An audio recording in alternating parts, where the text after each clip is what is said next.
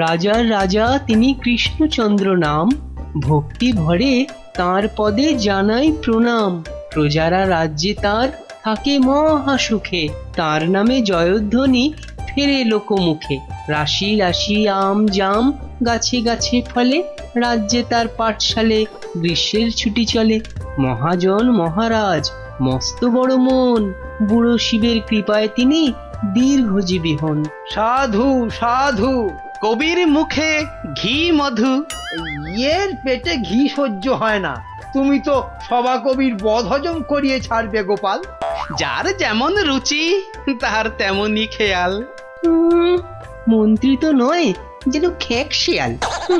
মহারাজ, ও রাজামশাই। হ্যাঁ, কিছু বলছো? ও আবার কি বলবে? বলবেন তো আপনি মহারাজ, আপনার মন যেন রাজকাজে নেই আজ। ঠিকই ধরেছো মন্ত্রী। আসলে হয়েছে কি, ওই সভাকবির কবিতাটা শুনতে শুনতে হঠাৎ করেই আমার ছেলেবেলার স্মৃতিগুলো আমার চোখের সামনে ভেসে উঠল। সেই গ্রীষ্মকাল, সেই আম জাম লিচু, পেঁয়াজ দিয়ে পান্তা ভাত, তার সাথে কিছু। আহ, তুমি বকা বন্ধ করবে? কথার মাঝে কথা, আপনি বলুন মহারাজ। হ্যাঁ, যা বলছিলাম, ওহ, সে এক সময় ছিল বটে। আমি তখন ছোট, বেশ মনে আছে। আমার বাবা মশাই গরমের ছুটি পড়লেই গ্রামের বাচ্চাদের আনন্দ দেওয়ার জন্য বিচিত্রানুষ্ঠানের আয়োজন করতেন, আর আমিও তাতে সামিল হতাম। এলাহি খাওয়া দাওয়ারও ব্যবস্থা থাকতো, গান বাজনা হতো, যাত্রা হতো, জাদুকর এসে জাদু দেখাতো। উফ, সে এক সময় ছিল বটে। আমার মগজ বলছে মহারাজের মাথায় এবছর আমাদের রাজ্যে এমনই একটা বিচিত্রানুষ্ঠান করার কথা ঘুরপাক খাচ্ছে। একদম তাই, কিন্তু জাদু দেখাবে কে? জাদুকরের তো অনেকদিন কোনো পাত্তা নেই। তাহলে এই সব বাজে চিন্তা মাথা থেকে বাদ দিন মহারাজ, বাদ দিন। কখনো না। আমি যখন মনস্থির করেছি তখন গ্রীষ্মকালীন বিচিত্রানুষ্ঠান হবেই হবে। মহারাজ, মহারাজ যদি অভয় দেন তাহলে আমি জাদুকরের অনুপস্থিতিতে জাদু শেখানোর ভার নিজের কাঁধে নিতে প্রস্তুত। সর্বনাশ করেছে, তুমি দেখাবে জাদু? তুমি জাদু খেলা জানো? আগে বলনি তো। আগে আগে আমি যেটা প্রদর্শন করতে চাই সেটা ঠিক জাদু নয়, এর নাম ছায়াবাজি। তুবড়ি, রংমশাল, ফুলঝুরি, কালীপটকা, হরেক রকম আতশবাজির নাম শুনেছি, কিন্তু ছায়াবাজি, এটা কি বস্তু বিজ্ঞানী? এটা আমার আলোক বিজ্ঞান চর্চার নতুন আবিষ্কার। হাত দুটোকে ব্যবহার করে আলো আর ছায়ার মাধ্যমে নানান রকমের জিনিস করে দেখানোই ছায়াবাজি। বেশ বেশ, শুনে তো মনে হচ্ছে বেশ দারুণ ব্যাপার হবে এটা। তাহলে তাহলে সবাই শোনো, আসছে রবিবার সন্ধেবেলায় রাজবাড়ির মাঠে বিচিত্রানুষ্ঠান অনুষ্ঠিত হবে, আর সেখানে বিজ্ঞানী তার ছায়াবাজি দেখাবে। এখনই একথা ঢেরা পিটিয়ে সারা রাজ্যে ঘোষণা করে দাও।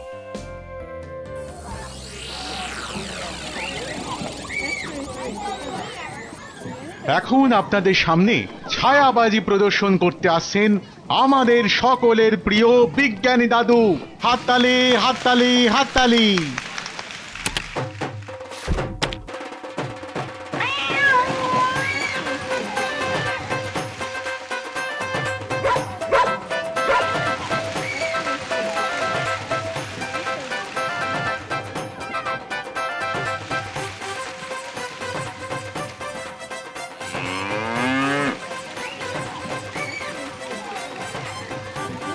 ও গোপাল দাদু, এটা দারুণ জিনিস গো।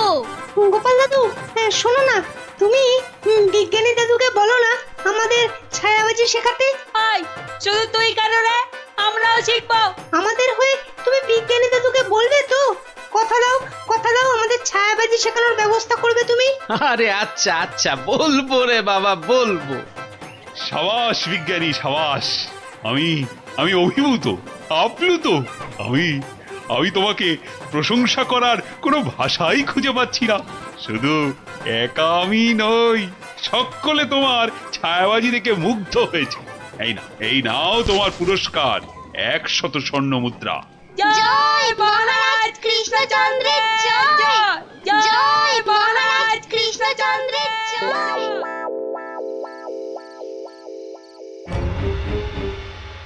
কৃষ্ণচন্দ্র, বৎস কৃষ্ণচন্দ্র, আরে এই বেটা কৃষ্ণ, ওঠ, উঠে পড় বলছি। এই কে কে কে- কে কে তুই তুমি না আপনি আপনি হা, হা, হা, হা। আমাকে চিনতে পারলি না কৃষ্ণচন্দ্র?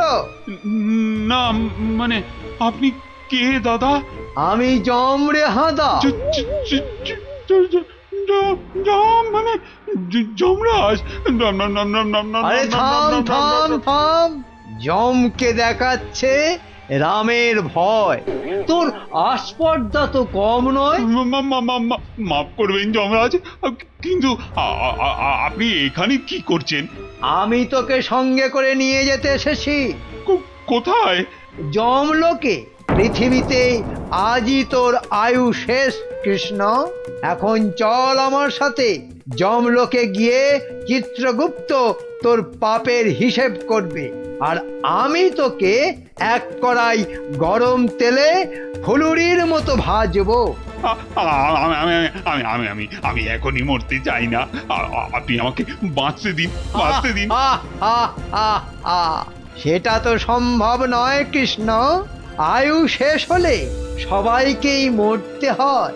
হ্যাঁ, আমার কি আর বাঁচার কোনো উপায় নেই? ভাবনায় ফেললি, একটা উপায় আছে। কি উপায়? মূল্য দিয়ে আয়ু লাভ। তুই যদি আমাকে 10টা স্বর্ণ মুদ্রা দিস, তাহলে আমি তোর একদিনের আয়ু বাড়িয়ে দিতে পারি, না হলে আজ তোকে মরতেই হবে। 10টা স্বর্ণ মুদ্রা? এইটা একটু বেশি হয়ে গেল না?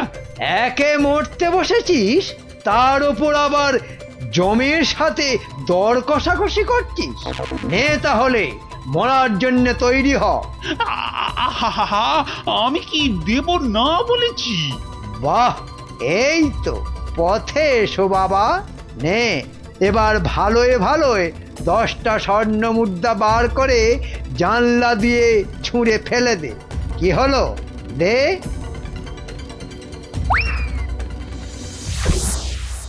নে, এবার চোখ বন্ধ করে সোনা ছেলের মতো ঘুমিয়ে পড়।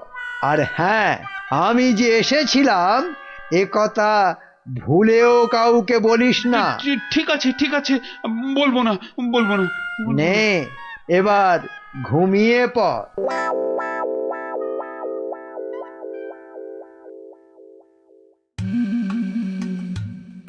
মহারাজের কি হলো? অন্তরে ব্যথা, তাই এত চুপচাপ? খান দান, শুনুন গান, আর শুকুন লাল গোলাপ। আহ, থামবে কবি, আমি মরছি আমার জ্বালায়, আর উনি। কি হয়েছে মহারাজ, কি হয়েছে? আপনাকে এত উত্তেজিত দেখাচ্ছে, কি হয়েছে আপনার? বলুন মহারাজ, বলুন আমাদের। না না, কাউকে কিছু বলা চলবে না। আর তাছাড়া আমার আবার কি হতে যাবে? হ্যাঁ, কিন্তু মহারাজ, কিছু যদি নাই হবে, তাহলে আপনার এ দশা হয়েছে কেন? হ্যাঁ, নিজের চেহারার দিকে চেয়ে দেখেছেন মহারাজ? 5 দিন রাজসভায় এলেন না, কারো সঙ্গে সাক্ষাৎ করলেন না। বলছিলাম যে ওই মহারাজের কি ওই শরীর টরীরে খারাপ হলো? না না, তেমন কিছু নয়। মহারাজের মুখ বলছে আপনি মনোকষ্টে ভুগছেন। আপনি যতই না করুন, আমার অভিজ্ঞ চোখে কিন্তু তা ঠিক ধরা পড়েছে মহারাজ। মন যাতনা নয়, জম যাতনায় ভুগছি। জমযত না? সে কি? আহারে, জমযাতনায় ভোগা, তাই তো আপনাকে দেখাচ্ছে এত রোগা। আহ, তোমরা সবাই মহারাজের কানের মাথা খাওয়া বন্ধ করবে। এই দেখো, মাথা খাচ্ছি কোথায়? হ্যাঁ, মাথা খাচ্ছি কোথায়? আমরা তো মহারাজের মন খারাপের কারণটা বোঝার চেষ্টা করছি মন্ত্রী মশাই। মহারাজ, আপনি যা কিছু নিজের মনে চেপে রেখেছেন আমাদের সব খুলে বলুন তো মহারাজ। দেখবেন মনটা বেশ হালকা হালকা লাগছে। বুঝলে গোপাল, আমি মনে হচ্ছে আর বেশি দিন বাঁচবো না। সে কি, সে কি মহারাজ, আপনি হঠাৎ এ কথা বলছেন কেন? আরে বলছি কি আর সাধে, রোজ রাতে স্বয়ং যমরাজ আসছেন, হ্যাঁ, আমার প্রাণ নিতে। সে কি? কি অলক্ষণে কাণ্ড! গত 5 দিন ধরে রোজ রাতে যমরাজ এসে আমার থেকে 10টা করে স্বর্ণ মুদ্রা নিচ্ছেন, আর তার বদলে এক এক দিনের জীবন দিচ্ছেন আমাকে। আচ্ছা আচ্ছা, আপনারাই বলুন, রাজা হয়ে এভাবে ভয়ে ভয়ে বাঁচা যায়? এমনিতেই আমার আয়ু শেষ হয়ে এখন জমের দয়ায় বেঁচে আছি। সে কি মহারাজ, যমরাজ এইভাবে আপনার উপর অত্যাচার চালাচ্ছে? ওই যে সভাকবি মহারাজের দীর্ঘায়ু হওয়া নিয়ে কবিতা লিখেছিল না, ব্যাস যাবে কোথায়, যমরাজের নজর লেগে গেছে। আচ্ছা মহারাজ, আপনি আপনি নিজের চোখে যমরাজকে দেখেছেন? না মানে, জমকে আমি সশরীরে দেখিনি, তবে তবে জমের ছায়া দেখেছি আমি ঘরের দেওয়ালে, আর আর সেই জলুদ গম্ভীর কণ্ঠ শুনেছি নিজের কানে। ব্যাপারটা কেমন গোলমেলে মনে হচ্ছে। জমের কি ধনের অভাব, মহারাজের কাছ থেকে স্বর্ণ মুদ্রা নিচ্ছেন? আপনি চিন্তা করবেন না মহারাজ, ওই জমের সাথে লড়াইয়ে আমি আপনার পাশে আছি। জমের সাথে ছেলে খেলা করতে যেও না গোপাল, শেষে নিজেও বিপদে পড়বে আর মহারাজেরও বিপদ বাড়াবে। আরে বাবা, উনি হলেন যমরাজ, সাক্ষাৎ মৃত্যুর দেবতা। না না, না না গোপাল ভাইয়া, যমরাজকে শায়েস্তা করতে যেও না। মহারাজ তো এখনো ওনার দয়াতেই বেঁচে আছে। এটাই আমাদের কাছে অনেক বড় পাওয়া। ঠিক আছে ঠিক আছে, হ্যাঁ, আপনারা যখন বারণ করছেন তখন আর আমি এ ব্যাপারে নাক গলাবো না। শেষে যদি যমরাজ আমার প্রাণটাই হরণ করে, তখন আমার বউটা অকালে বিধবা হবে। না, আজ আমি চলি মহারাজ।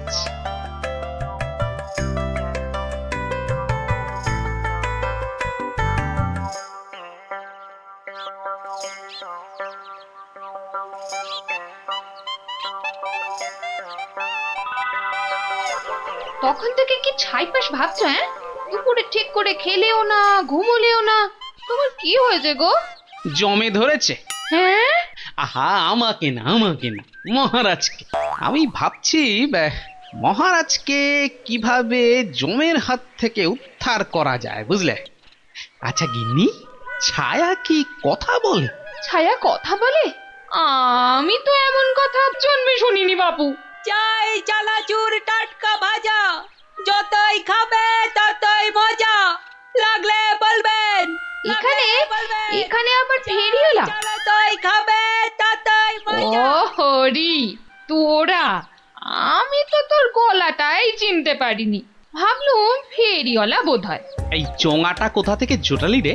হ্যাঁ, কুটিদের মামা বাড়ির গ্রামে রথের মেলা থেকে কিনেছি গোপাল দাদু। জিনিসটা কেমন হয়েছে বলো তো? খাসা হয়েছে, খাসা। তোমরা বসে গল্প করো, আমি ভেতর থেকে আসছি গো। কি গো গোপাল দাদু, তুমি বিজ্ঞানী দাদুকে আমাদের ছায়াবাজি শেখানোর কথাটা বলেছো নাকি ভুলেই গেছো? না রে, মনে আছে, তবে বলে আর হয়ে ওঠা হয়নি। আসলে বুঝলি, মহারাজকে জমে ধরেছে, তাই নিয়ে একটু ওই ব্যস্ত আছি আর কি। কেমন করে? শোন তাহলে। আমি মনে হচ্ছে আর বেশি দিন বাঁচবো না। রোজ রাতে যমরাজ এসে আমার থেকে 10টা করে স্বর্ণ মুদ্রা নিচ্ছেন, আর তার বদলে এক এক দিনের জীবন দিচ্ছেন আমাকে। আপনি নিজের চোখে যমরাজকে দেখেছেন?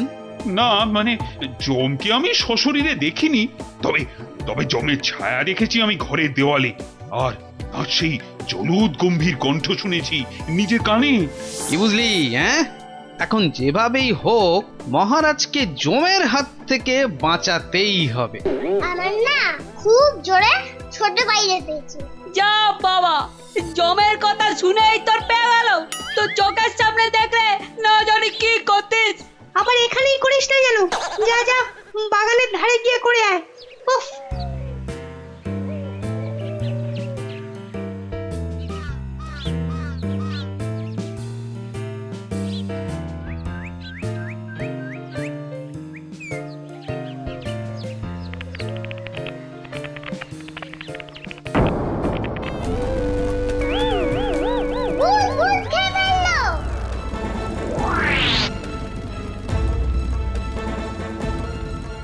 কিরে কি হয়েছে?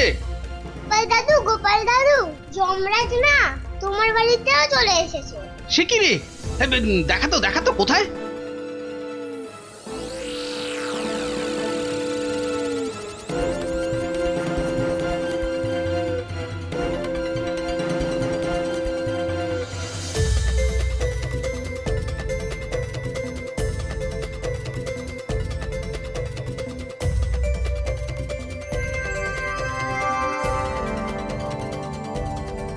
দাদু একটা বিড়াল বাচ্চা চেঁচাচ্ছে গো।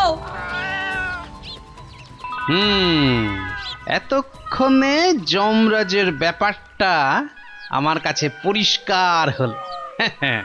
হয়ে গেছে। এই তোরা এখন যা, বুঝলি? গুলটে, তুই আমার সাথে চল।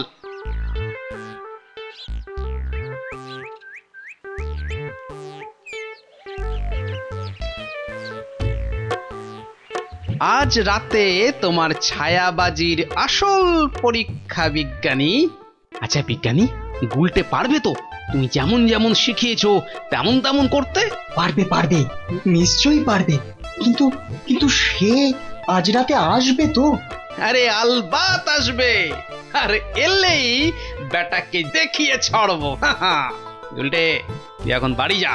বিজ্ঞানী দাদু যা যা শিখিয়েছে সব মনে আছে তো? হ্যাঁ। রাত্রিবেলায় জায়গা মতো চলে আসিস। আর হ্যাঁ, চোঙা, সাদা চাদর আর লণ্ঠনটা সঙ্গে আনিস কিন্তু।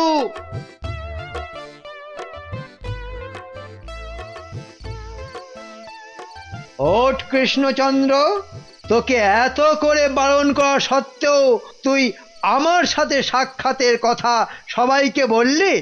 আমি এক্ষুনি তোর প্রাণ হরণ করব। আমাকে মারবেন না, আমাকে মারবেন না। এই নিন আপনার 10 স্বর্ণ মুদ্রা। আজকে আর 10 স্বর্ণ মুদ্রায় হবে না, তোকে আজ 50 স্বর্ণ মুদ্রা আমাকে ভেট দিতে হবে, তবেই তোকে জীবন ভিক্ষা দেব, বুঝেছিস? হ্যাঁ? হা হা হা হা। দিচ্ছি দিচ্ছি দিচ্ছি। এ বাবা,